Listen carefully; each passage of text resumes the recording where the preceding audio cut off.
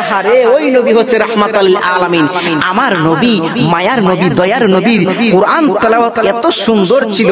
আমার নবী পাক সাল্লাল্লাহু আলাইহি সাল্লামের কুরআন এত সুন্দর ছিল। আমার নবী যখন কুরআন তেলাওয়াত করতেন, আমার নবীর বয়স এত সুন্দর ছিল। আবু জাহেল সারা জীবন আমার নবীর বিরুদ্ধে করেছে। আবু জাহেল সব সময় বলতো মুহাম্মদ খারাপ। আবু জাহেল সব সময় আমার নবীকে গালি দিয়েছে। ওই আবু জাহেল একদিন চুপ চুপ চুপ চুপ করে রাস্তা দিয়ে যাচ্ছে। রাস্তা দিয়ে যখন যাচ্ছে, হঠাৎ করে দেখা যায় এত সুন্দর সুর, এত মায়াবী সুর, এত নুরানি সুর কোথা থেকে আসছে, কোথা থেকে আসতেছে। হঠাৎ করে দেখা যায় ওই দিকটার মধ্যে এত সুন্দর করে কোরআন তেলাওয়াত করতেছে। আবু জাহেল কণ্ঠটা খুব চিনা চিনা লাগতেছে। আবু জাহেল বলতেছে বয়সটা খুব পরিচিত মনে হচ্ছে, কমন মনে হচ্ছে। গিয়ে দেখি, যখন গিয়ে দেখে আমার নবী রাহমাতাল লিল আলামিন কোরআন তেলাওয়াত করতেছে।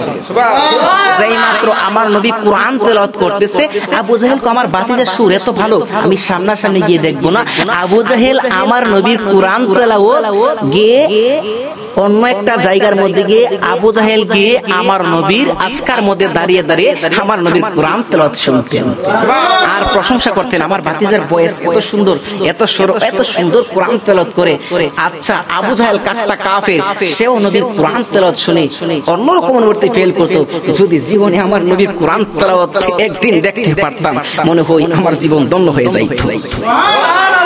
জীবনের চেয়েও ভালোবাসি যাকে, বিশ্বাস করুন একবারও আমি দেখিনি তাকে। জানি না আমার ভালোবাসায় আছে কি ভুল, একবার হলেও দেখা দাও।